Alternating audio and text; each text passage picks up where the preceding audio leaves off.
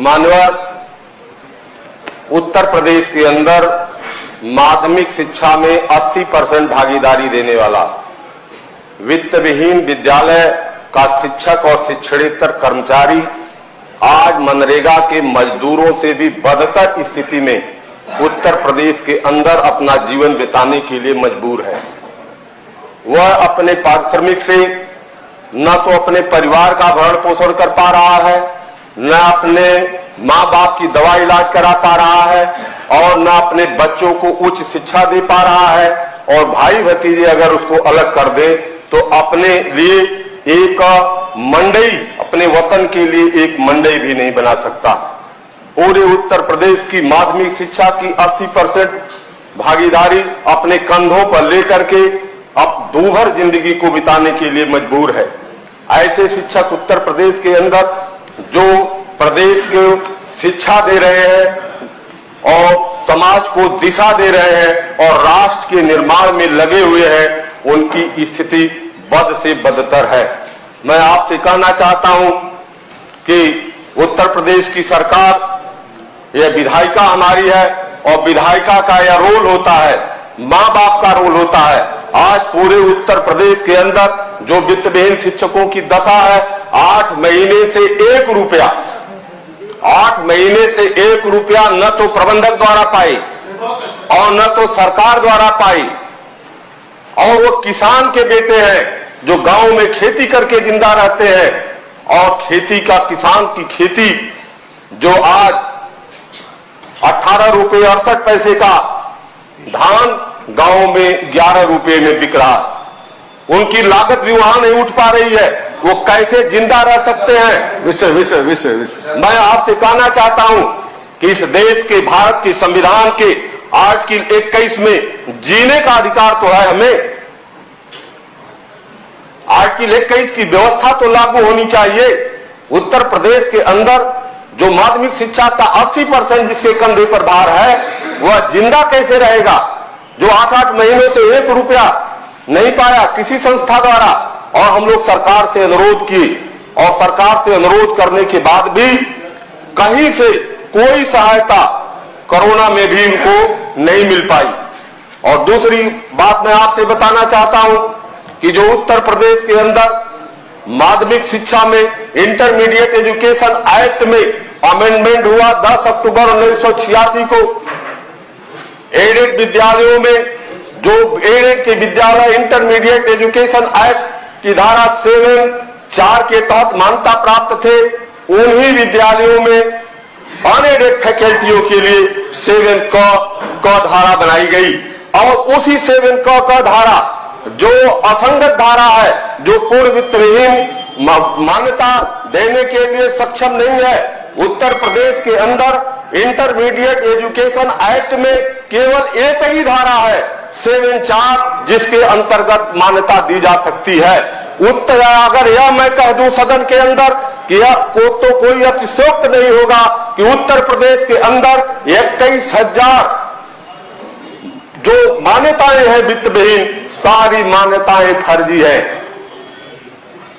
जिस पर हम लोग जब से संगठन बनाए 2004 से वित्त विहीन का, तब से उस पर संघर्ष कर रहे हैं कि इस मान्यता की धारा को चेंज कर दिया जाए। हाईकोर्ट भी गए, हाईकोर्ट ने भी Manju Awasthi versus state of UP के केस में कहा कि यह असंगत धारा है 7(क) का, इसको 7(4) में परिवर्तित कर दिया जाए, लेकिन आज तक वो धारा परिवर्तित नहीं हो पाई। सारी मान्यताएं फर्जी हैं और उस फर्जी मान्यताओं पर सारी शिक्षा चल रही है। मैं आपसे निवेदन करना चाहता हूं सदन के माध्यम से कि सबसे पहले मान्यता की धारा 7(4) जो है वो 7(क) की मान्यता असंगत धारा है, उसमें केवल एक्ट की व्यवस्था है 7(क) कोष्ठ में क में कि किसी एक विषय या विषयों के वर्ग या उच्चीकरण की मान्यता दी जा सकती है, और उस धारा के तहत सारी मान्यताएं जो है 7(क) में दे दी गई, जो बिल्कुल असंगत है, उसको 7(4) में परिवर्तित कर दिया जाए। हमें बड़ी इस बात की खुशी है कि हमारे माध्यमिक शिक्षा मंत्री, उप मुख्यमंत्री बहुत ही लर्नेड व्यक्ति है, आज हमारे सदन के नेता हैं, मैं उनके संज्ञान में लाना चाहता हूं कि आपके चलते, आपके रहते 4 वर्षों से हम लोग मांग कर रहे हैं, लगातार संगठन मांग कर रहा है कि मान्यता की धारा को चेंज कर दीजिए। आज तक मान्यता की धारा चेंज नहीं हुई और हमारे अधिकारी जो शिक्षा विभाग में है, हमारे नेताओं को पढ़ाते हैं कि 7 अगर 4 में मान्यता आपने दे दिया तो वह मान्यता एडेड की मान्यता है और एडेड की मान्यता अगर आप कर देंगे तो सब लोग वेतन मांगने लगेंगे। मैं पूछना चाहता हूं कि जो प्राथमिक विद्यालय एडेड की मान्यता में है, जो जूनियर हाई स्कूल विद्यालय एडेड की मान्यता में है, क्या सरकार की बिना अनुमति के वो एड मिल पाती है? एड देना तो सरकार का काम है, लेकिन उसको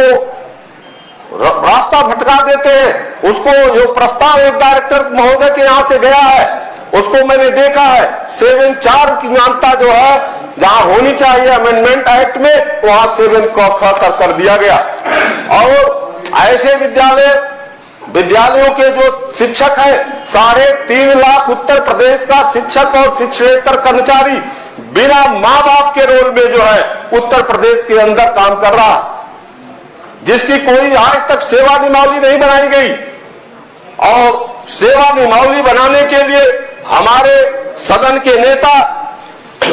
माननीय ने 9 मार्च 19 को बैठक की और बैठक करने के बाद अमर उजाला और सारे अखबारों में बयान आया जो है कि 10 मार्च 19 को कि हम वित्तविहीन शिक्षकों की सेवा नियमावली बनाएंगे। आज तक कोई सेवा नियमावली नहीं बन पाई।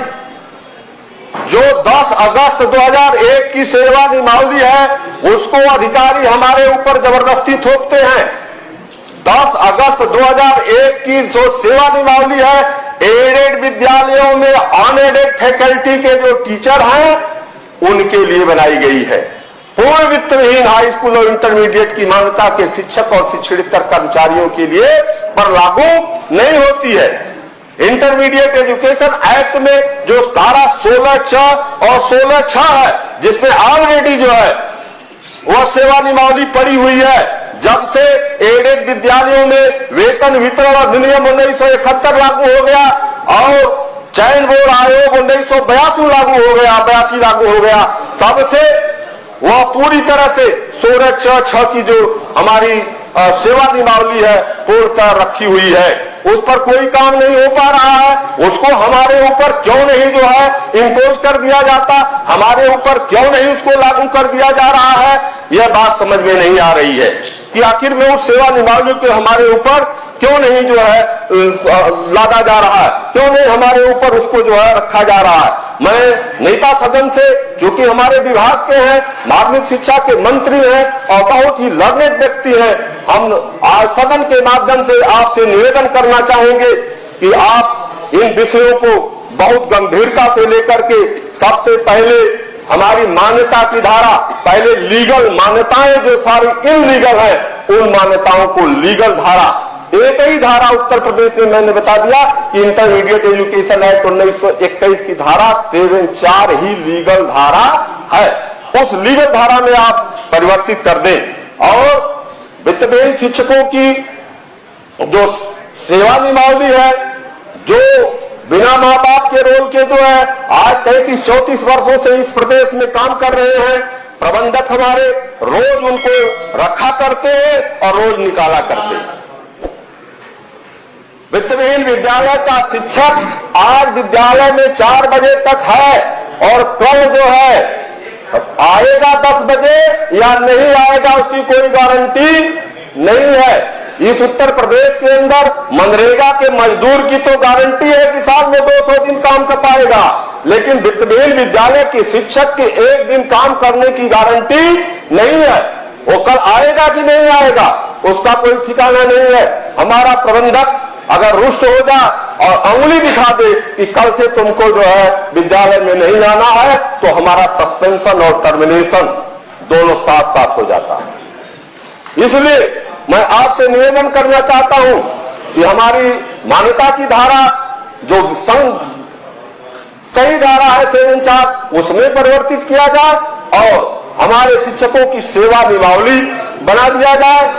और मानदेय के बिंदु पर आप गंभीरता से विचार करें। समान कार्य का समान वेतन मिलना चाहिए। इस पर हाई कोर्ट और सुप्रीम कोर्ट तक की व्यवस्थाएं आ चुकी हैं। जब तक ये लागू नहीं हो पाता है तब तक हम सदन से निवेदन करेंगे, अपने नेता सदन जी से निवेदन करेंगे कि ऐसे शिक्षकों की जो आज रोजी पाकर भी रोटी के लिए मोहताज हैं, ऐसे शिक्षकों के लिए सम्मानजनक मानदेय की व्यवस्था आप करें। जी धन्यवाद, आपकी बात सारी हो गई।